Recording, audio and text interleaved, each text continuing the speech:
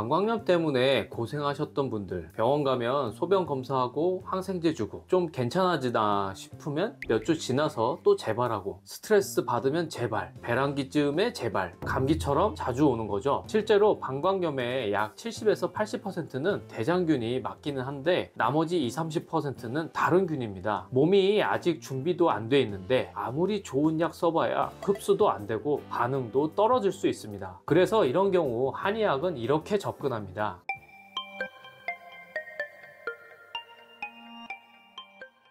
안녕하세요. 자율신경을 연구하고 치료하는 황상철 원장입니다. 방광염 때문에 고생하셨던 분들, 특히 재발성 방광염이나 간질성 방광염 겪어보신 분들, 이 말 진짜 공감되실 거예요. 소변은 계속 마렵고 화장실 가도 시원하지 않고 소변 볼 때 따갑고 쓰리고, 병원 가면 소변 검사하고 항생제 주고 좀 괜찮아지나 싶으면 몇 주 지나서 또 재발하고, 이게 내 몸이 이상한 건가? 불안감이 점점 커지죠. 오늘은 이런 분들을 위해 비뇨기과에서 처방하는 유로박솜이란 약이 어떤 작용을 하는지, 왜 어떤 사람에겐 효과가 없을 수 있는지, 그리고 여기에 한의학적 치료를 왜 병행해야 하는지 한 번에 쫙 정리해 드릴게요. 끝까지 집중해 주세요. 반복되는 방광염, 항생제로 해결되지는 않습니다. 처음 방광염 걸렸을 땐 항생제 먹으면 되겠지 싶죠? 실제로도 초반엔 대부분 잘 낫습니다. 그런데 문제는 재발하기 시작하면서부터예요. 한 달에 한 번 스트레스 받으면 재발, 배란기쯤에 재발, 감기처럼 자주 오는 거죠. 그러다 보면 항생제 내성, 장내 유익균이 파괴되고 질염도 동반돼요. 그래서 부작용 걱정까지 생깁니다. 이제는 약도 안 듣는 것 같아,